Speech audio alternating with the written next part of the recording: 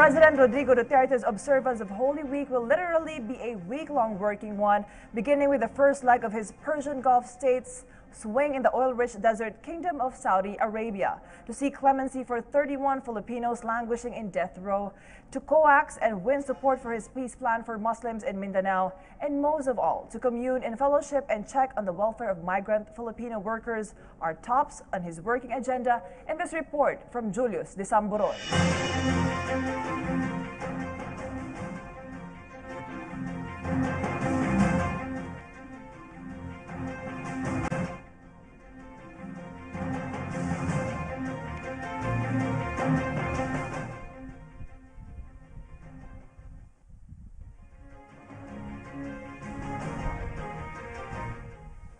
Yes, good evening there in the Philippines.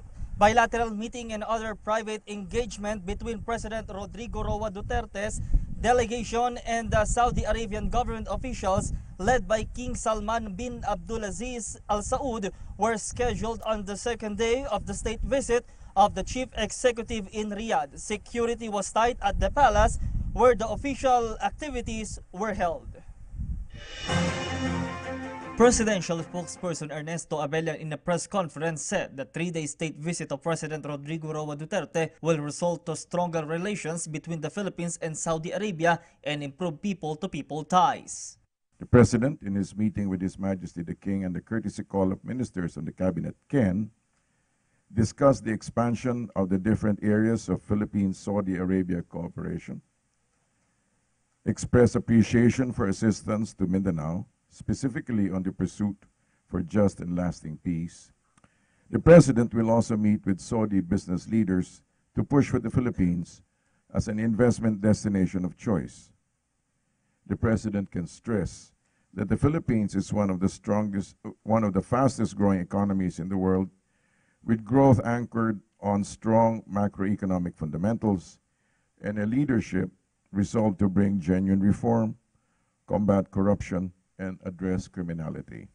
On the second day of the Saudi visit, 3 consecutive engagements were attended by the President. This included the welcome ceremony, state luncheon, and bilateral meetings and ceremonial signing of agreements forged in their talks. The chief executive presented to the Saudi government a strong labor agreement to achieve protection and welfare of the overseas Filipino workers in the Mid-East, more investment, tourism boost, and halal food security. Consul Imelda Panolong considered Saudi Arabia as special for the Philippines, especially for its government, people, the Muslim community, and presence of our OFWs. Because of these changing realities on the ground, kailangan din siguro nating i-reassess, i-review ang foreign policy directives natin when it comes to the region and particularly for Saudi Arabia para naman maging relevant, no, ang ating foreign policy and bilateral relations with Saudi Arabia.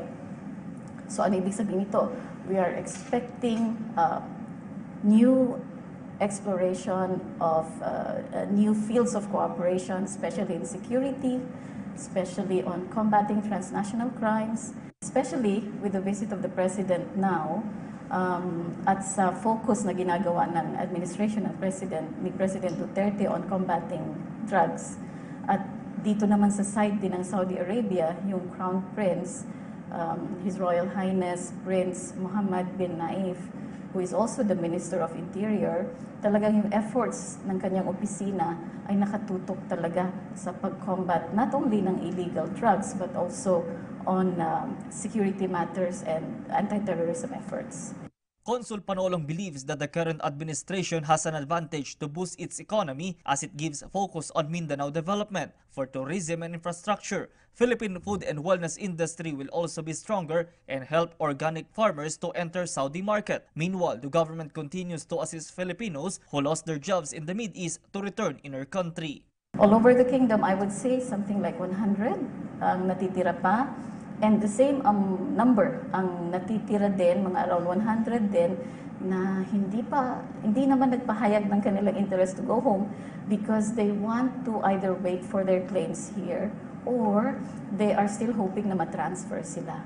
The President arrived at the Royal Terminal King Khalid International Airport past 9:43 Monday evening, Riyadh time, or 2:43 Tuesday morning, Philippine time.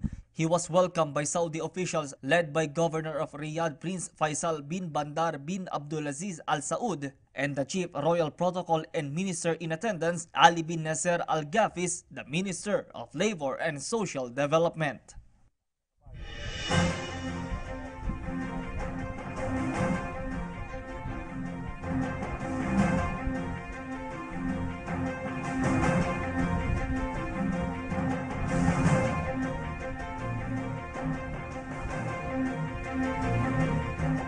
Yes, Kathy, also our consul calls for our fellow countrymen to support President Duterte and pray for the success of his Mid-East visit and his sixth term for change and development.